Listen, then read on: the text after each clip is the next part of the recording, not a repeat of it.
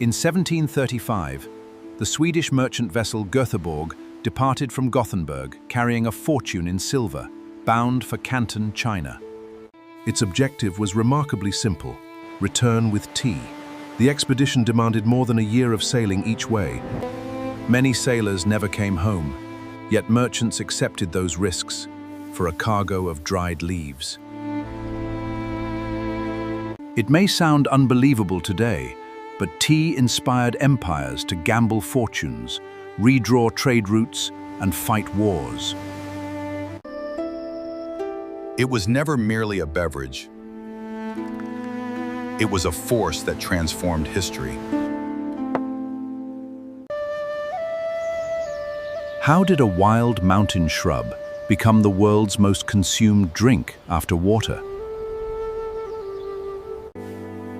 How did it influence commerce, diplomacy, and even revolutions across continents?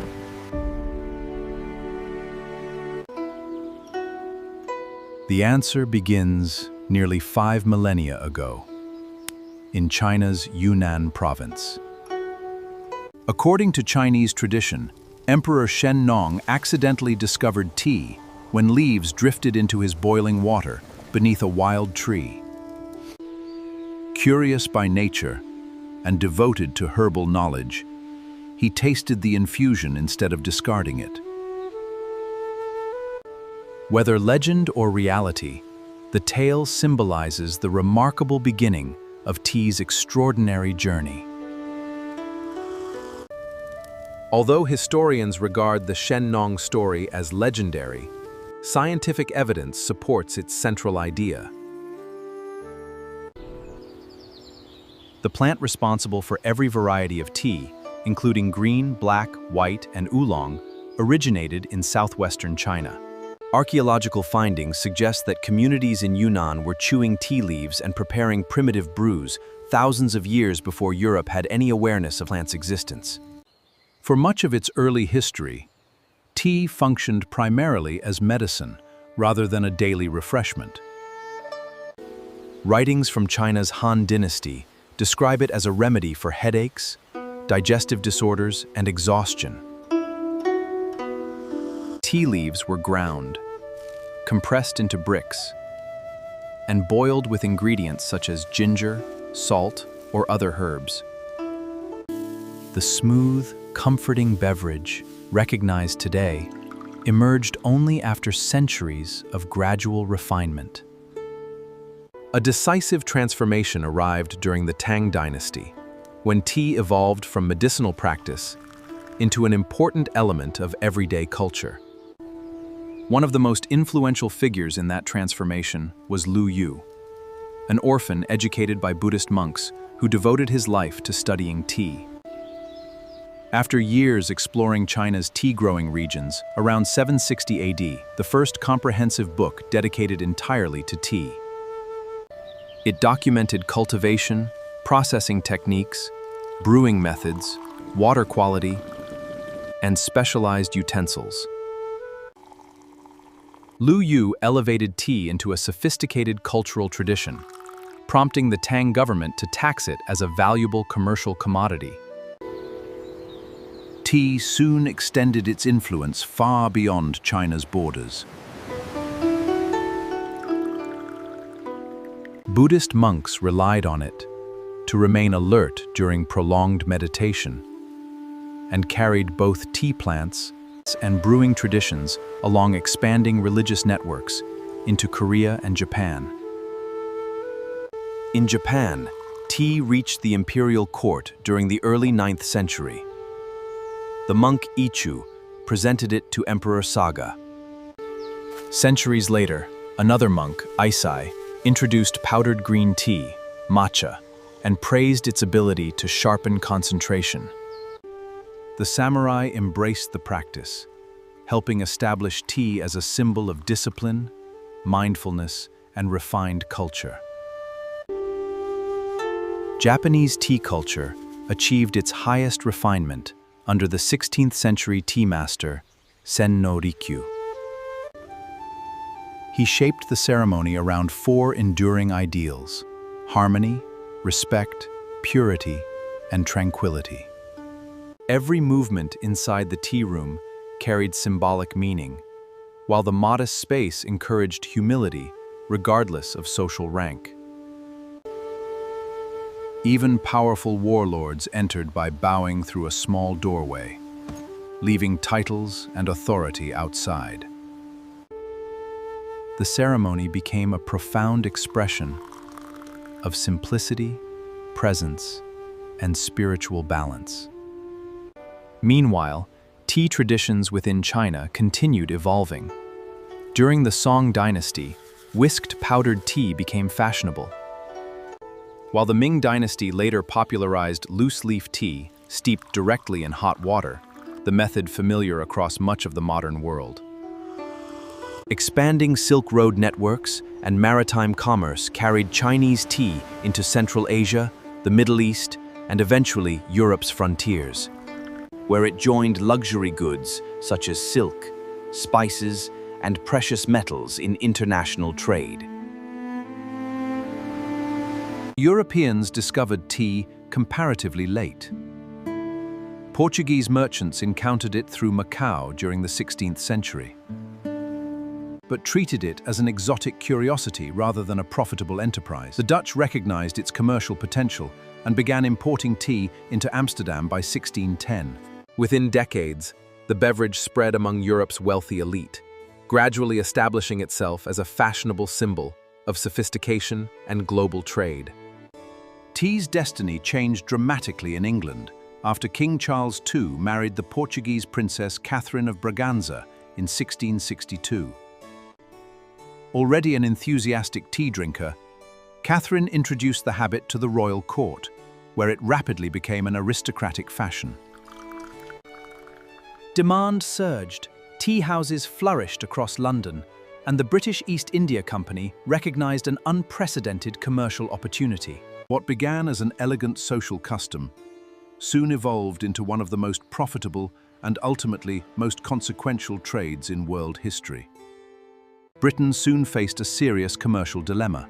China accepted payment mainly in silver, while rejecting most British manufactured goods, creating a massive trade imbalance.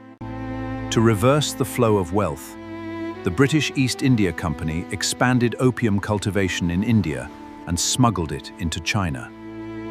Addiction spread rapidly, setting the stage for one of history's most destructive trade conflicts. When Chinese authorities confiscated and destroyed thousands of British opium chests in Canton during 1839, Britain launched the First Opium War. Superior naval power forced China into unequal treaties that opened treaty ports and ceded Hong Kong. Britain also sought to eliminate China's monopoly on tea production. In 1848, Scottish botanist Robert Fortune secretly entered restricted tea-growing districts. He was disguised as a Chinese traveler. Beyond collecting thousands of tea plants and seeds, he carefully documented cultivation, oxidation, firing, and processing techniques, while recruiting experienced Chinese tea specialists to establish plantations in British India. Fortune's mission transformed the global tea industry. Tea plantations flourished across Darjeeling, Assam, and later Ceylon, where climate and elevation proved ideal. China's centuries-long dominance collapsed. British-controlled estates supplied tea throughout the empire. However, this prosperity depended on harsh plantation labor, low wages, and displaced communities whose hardships endured for generations. While Britain expanded its colonial tea empire, tea became politically explosive in North America. The Tea Act of 1773 granted the East India Company major advantages, while taxing colonists without representation. Protesters boarded ships in Boston Harbor and dumped hundreds of tea chests into the sea, turning tea into a symbol of resistance and helping ignite the American Revolution. The Boston Tea Party reshaped American culture beyond politics. As tea became associated with British authority, many patriots embraced coffee as a symbol of independence. That cultural transition endured, explaining why the United States remains one of the few major Western nations where coffee consistently surpasses tea in popularity.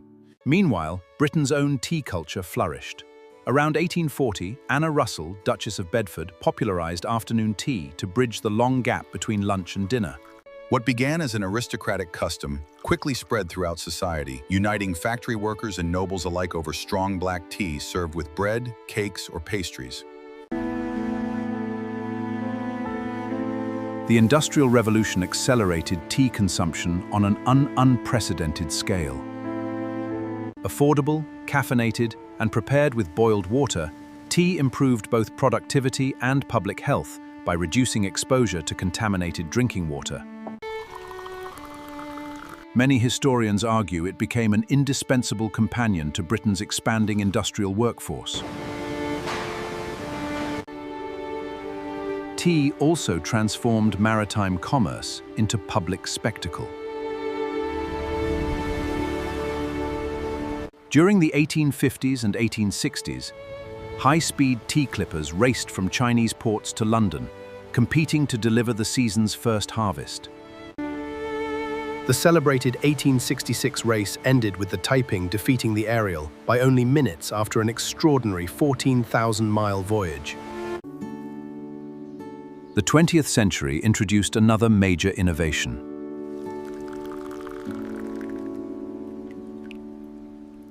At the 1904 St. Louis World's Fair, merchant Richard Bletchenden served chilled tea to visitors during intense summer heat, unintentionally creating iced tea. The refreshing drink became enormously successful and eventually accounted for the vast majority of tea consumed across the United States.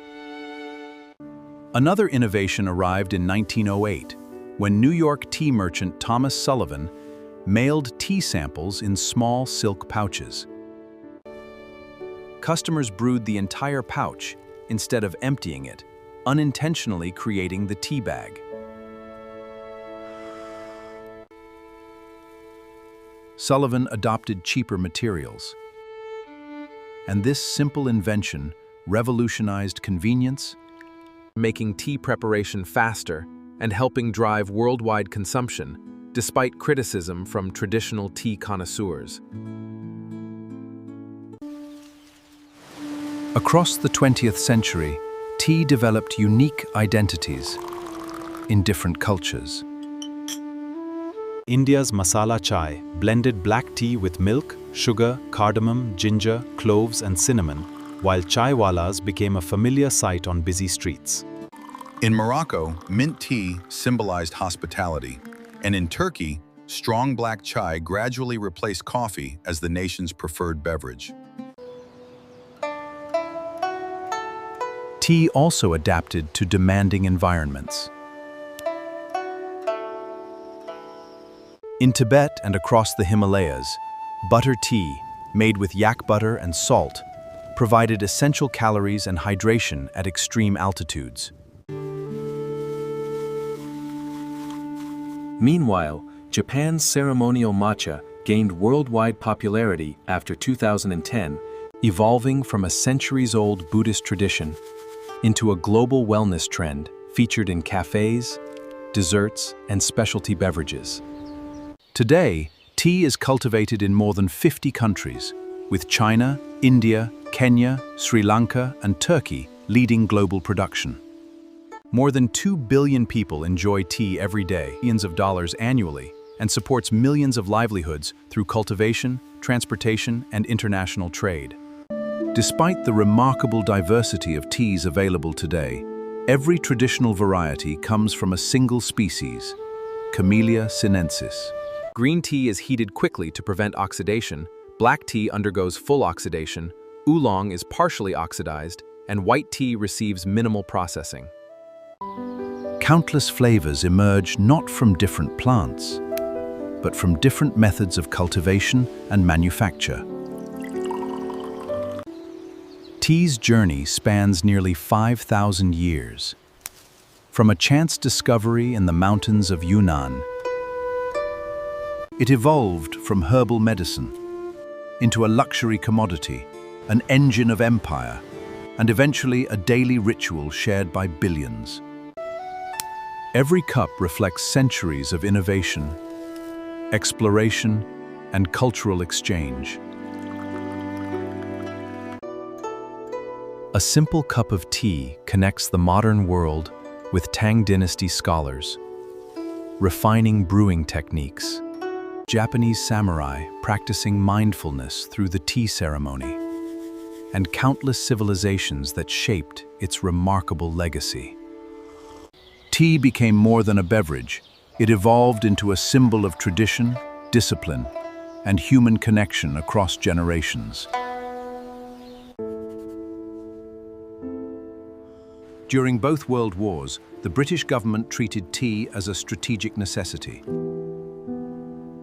Supplies were carefully protected through rationing, because officials believed tea was essential for maintaining civilian morale and sustaining soldiers under the immense pressures of war.